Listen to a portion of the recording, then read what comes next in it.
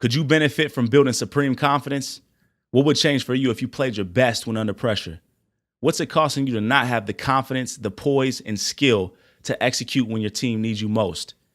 I've created an exclusive training video designed just for you. I outline the 3 critical keys to building unshakable supreme confidence and dominating under pressure. You'll also find out how you can apply these to your career today so that you can start to speed up your results and follow a predictable system to get you to your goals. Go to IMNOTYOU.com/dominate under pressure.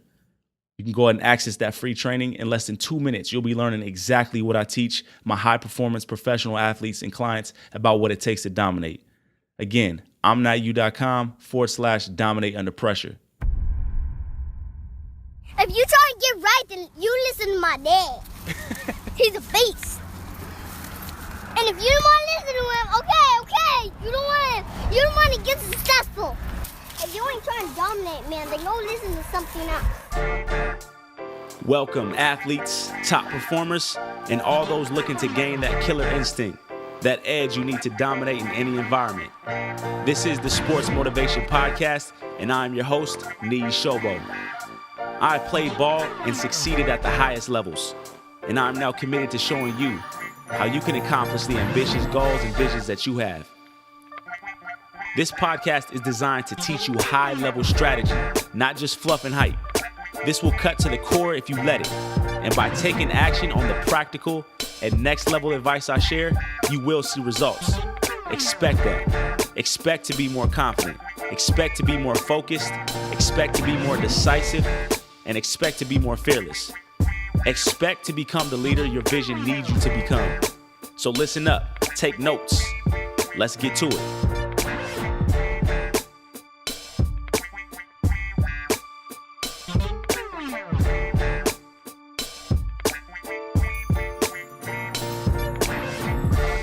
Yo, welcome to the Sports Motivation Podcast. It's your host, Niyi Sobo. Hey, today's episode, man, I was on Instagram the other day, and I got a message, and it was a picture. And the picture was, it was a piece of paper, and it was handwritten, and it was clearly like from a kid, right? And it was notes from my very first episode. This kid had taken notes on what it is that he learned from the podcast episode, and his dad sent me the picture. I got chills when I saw it because I was like, man, not only did I'm going to be honest, guys, like I record a lot of content, and people ask me, like, how do you come out with so much content? And I tell them, I'm not really sure, but I do know this, I'm never going to run out.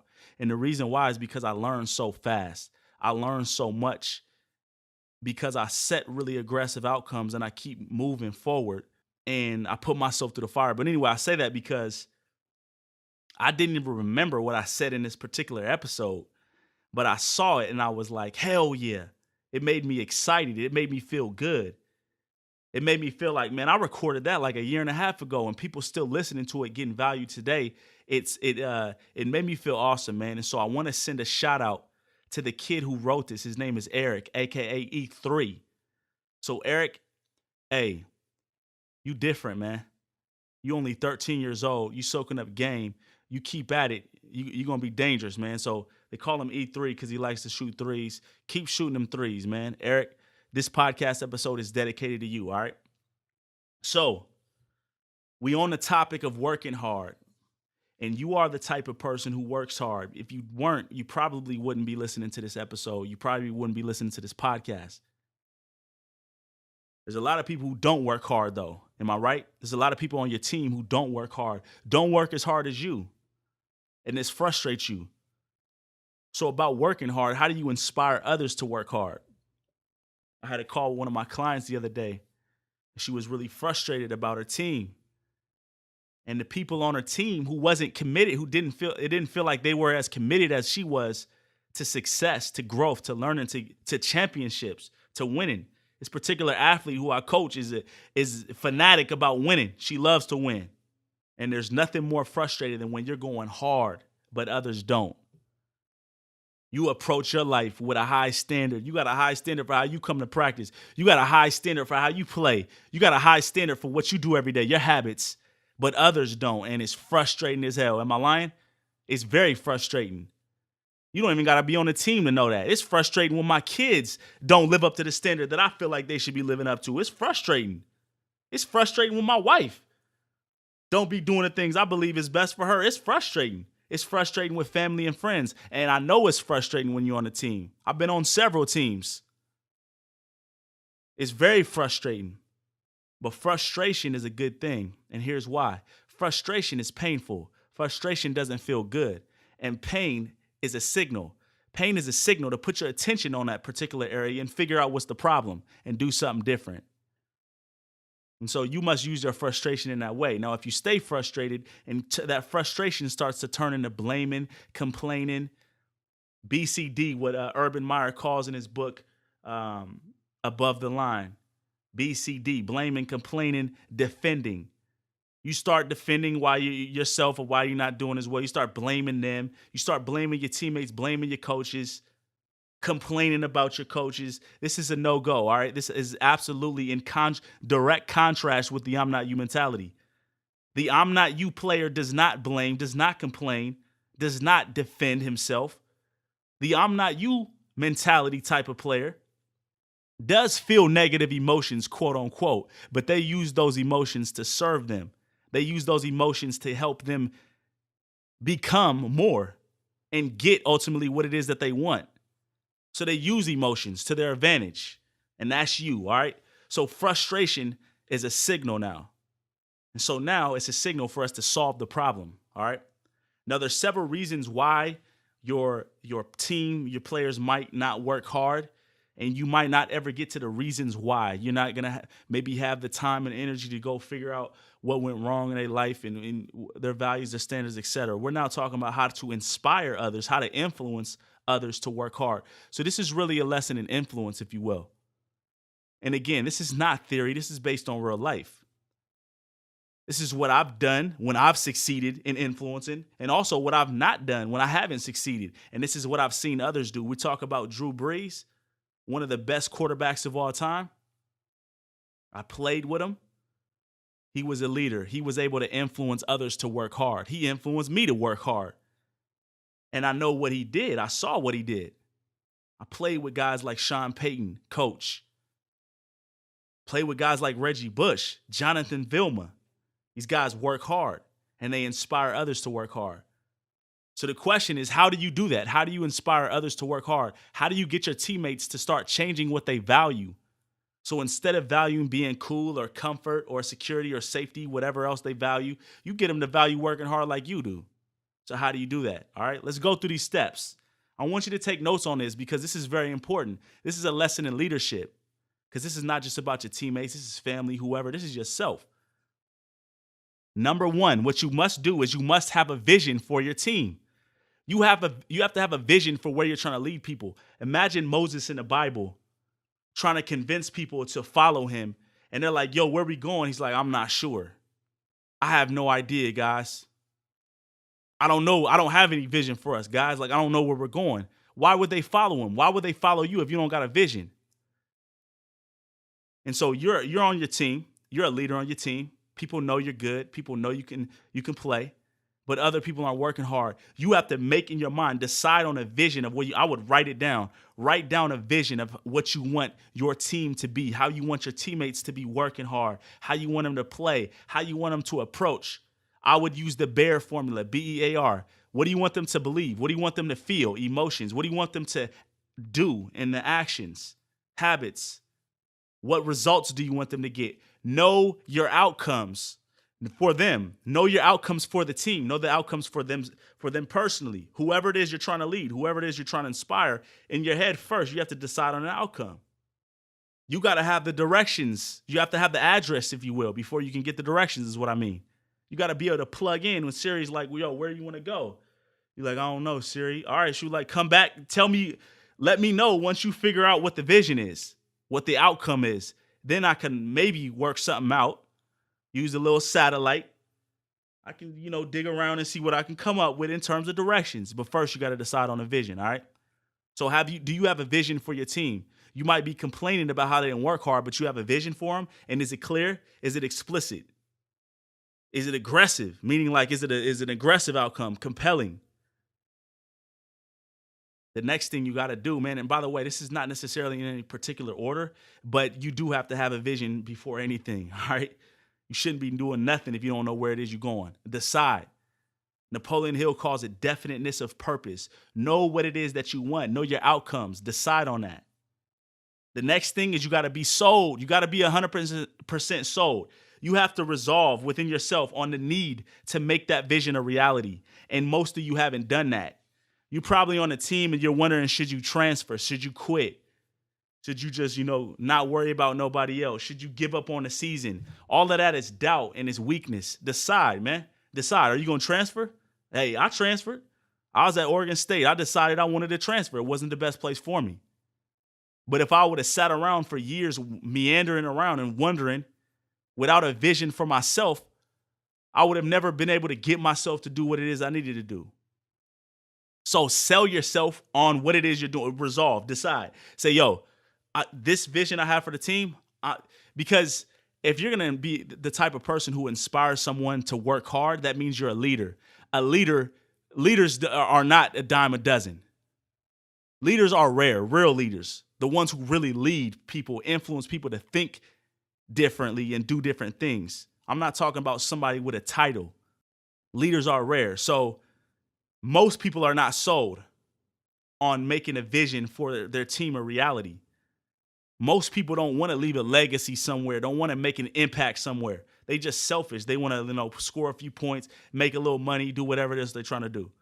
But you saying you want to inspire others to work hard, right? So be sold on that. Decide on that. So are you sold? Do you have a vision for your team, and are you sold on the need for that to happen, for the need for that to take place? That's important. Next thing, never lower the standard, but under no circumstances should you lower the standard. Should you say, "Oh, no, that's too high for them. Like, that's too much." Don't lower the standard. It's very tempting, by the way. It's very, very tempting. It's very tempting to say, they're not ready for this yet. It's very tempting. No, I'm not saying that you should be rigid in your approach, or you shouldn't approach things very intelligently and notice what's working and what's not working in terms of your ability to influence. But you should never lower the standard. Never. Which brings me to my next step. Love them unconditionally. Can you say that you love your teammates? You love your coworkers, whoever it is you're trying to inspire to work hard. Do you love them unconditionally? That means love them without conditions. That means love them even when they don't live up to the standard. That means love them even when they fail, even when they don't work hard, even when they don't do what it is that you taught them to do or are trying to get them to do. That's very difficult. It's one of the hardest things to do. It's the thing Jesus told us to only do, right? Love your neighbor as yourself. Unconditionally. Unconditional love is hard. It's a hard task. It's hard to not be mad at my kids when they don't do what I say or when they go against the standard that I've set up. That's difficult. The most challenging thing to do as a leader is to simultaneously keep a very high standard and still love someone unconditionally. Because when you set a high standard, they're not gonna reach it like right away. They're not. They're gonna fail. They're gonna not, live up to that standard. They're gonna question it. Maybe they'll even rebel against that. If you're setting goals right, you've set aggressive outcomes, and chances are, if you set them aggressive enough, you're not reaching it as fast as maybe you'd like. But the whole idea is growth. So if you think it's a failure every time you set a goal, you're not gonna want to set goals. You're gonna try to lower the standard, right? Lower the goal. This is not what you need to do. Keep a high standard for your team. Keep a high standard for those around you, but understand that you need to love them unconditionally. Another thing you must do is you have to know what you believe and who you are, all right? You've got to define your standards, your G code, your philosophy. A lot of people are trying to be leaders, but they don't even know who they are. How are you going to lead somebody? Where to? Where to? You don't know who you are. So you got to have the vision for yourself as well. You got to be able to define yourself, define your own standards. What is it that's unacceptable for you? What's your G code? What is your belief system? Know that. Work on that. Take me years to develop mine. This I'm not you philosophy, this I'm not you success philosophy, this code of living that I live by. It took me a lot of years to properly define it. Go through the fire, see what works, see what doesn't, come up with the right words to articulate it, have it in a way that resonates with me. So it requires work. So while you complaining about other people and how they don't work hard, you don't even know what you stand for. You don't even know what you about. So spend your time on that. The next thing is be a model of what you believe, right? Like what I was just talking about. Be a model. Be a living, breathing, real life example of all that you say that you are. So do you work hard?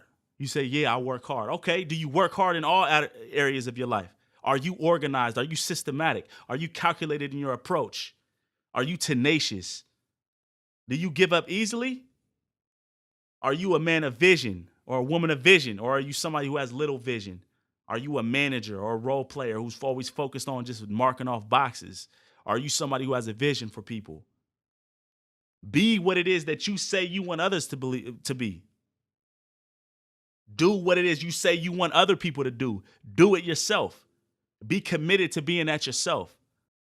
The next step, critical, is you have to understand their needs, all right? You got to understand their needs. You got to understand what they value, because you can't influence someone if you don't know what already influences them right now. You got to meet them where they're at and then direct them to where it is that you want to go. You got to meet them where they're at and then direct them. Understand what it is that drives them. You know, maybe they really like partying. Maybe they really like drinking. I'm not saying you got to go to parties with them and drink with them, but I'm saying you need to understand that that's what they like and find a way to align with them. So maybe it's just talking to them about, you know, a new song that came out. Maybe it's, asking them, do they want to hang out? Maybe it's talking to them in a certain way that you know resonates with them.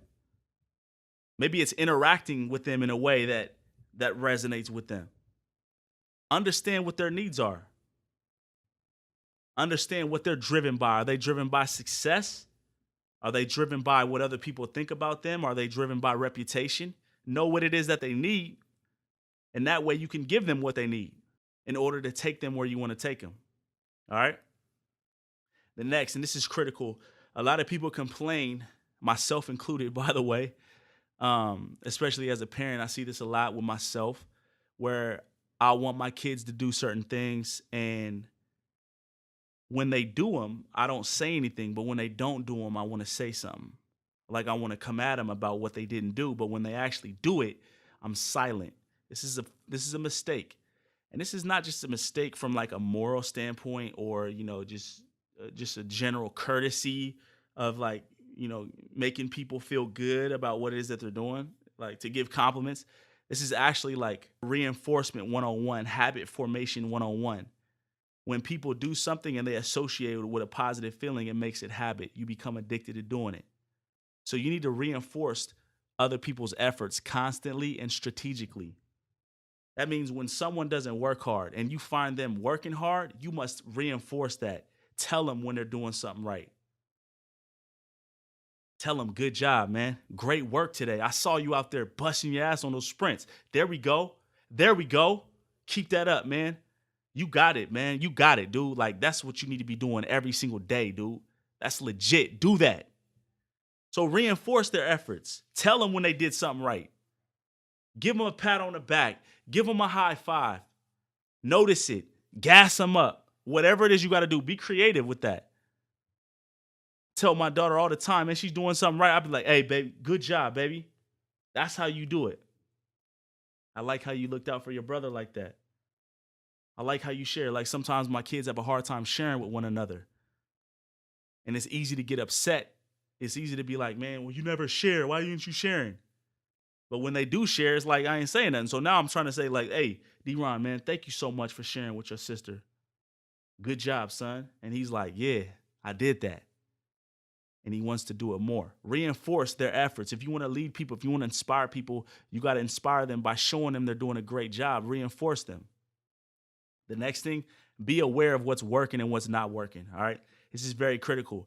You got to approach influence and inspiring people, leading with a very, very open mindset. There is no one size fits all approach. there is no this always works, this always doesn't work. There's a few of those, but in general, you need to be aware of what's working and what's not working. Sometimes things don't work, and you need to be aware of that, and you have to. That awareness should help you change quick. So be aware of what's working for you. Lastly, don't expect other people to behave like you. Don't expect that.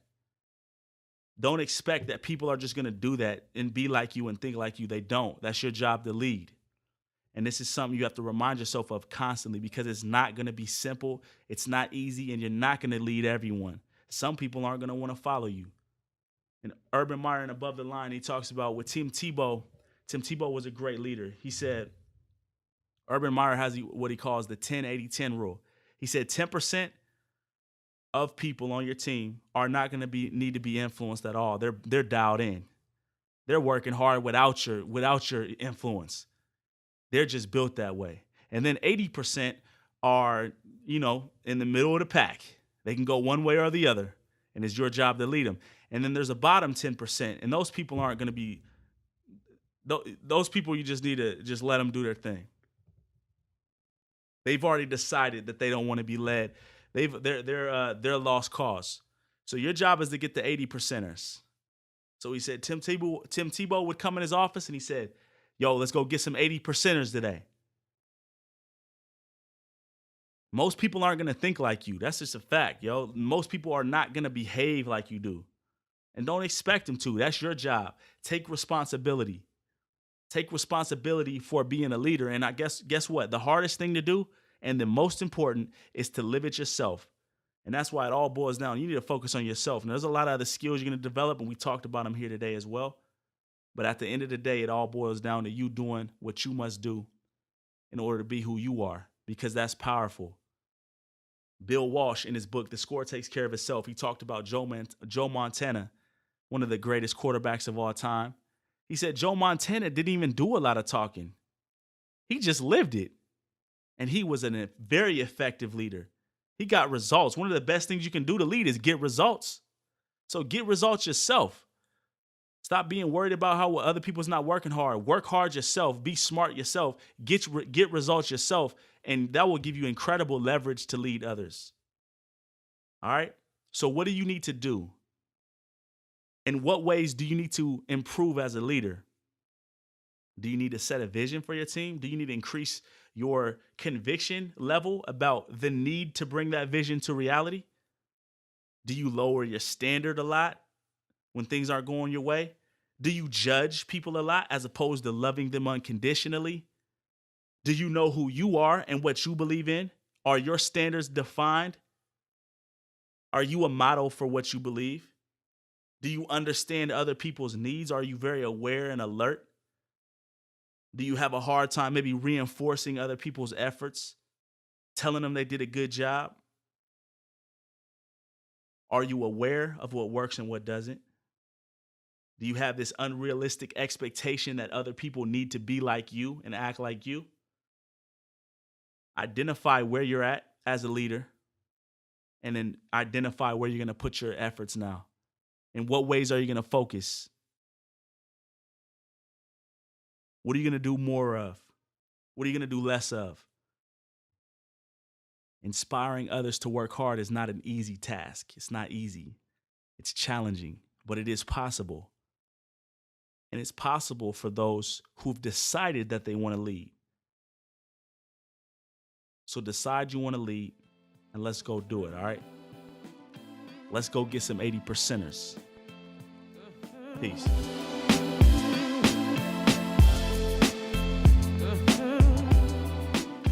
Thank you for tuning in to the Sports Motivation Podcast. Make sure if you dig in the podcast, go and subscribe so you can always get the latest episodes. I come out with a new episode twice a week on Tuesday and Friday at 3 a.m. Eastern.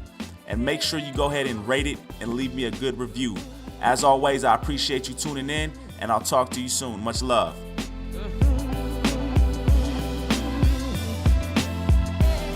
One of the most common questions I get from athletes all the time is this: what is the single best thing I can do to reach my goals? How can I set myself apart from everybody else? Obviously, there are a lot of things, but the one thing that's helped set me apart was having a coach. a mentor, someone to show me the right strategies and how I need to do things specifically to achieve my results. So you could try to do it on your own, but you'll end up making many mistakes that could have been avoided if you had someone guiding you and coaching you along the way. 99% of athletes in the world have expert coaches to show them the things that they can't see. If you want to work with me as your coach, I want you to go to IMNOTYOU.com/SRC and learn more and sign up for a free coaching session. I'll give you 60 minutes of my time for free, and I can teach you some dynamic strategies, plus show you how you can secure me as your sports results coach. All I ask is that you fit in this criteria. You're serious about your sport, you're willing to invest the time and money, and you have clear goals of taking your game to the next level, or some sort of specific results you want to achieve. This is definitely not for everyone, and I have very limited spots available for this.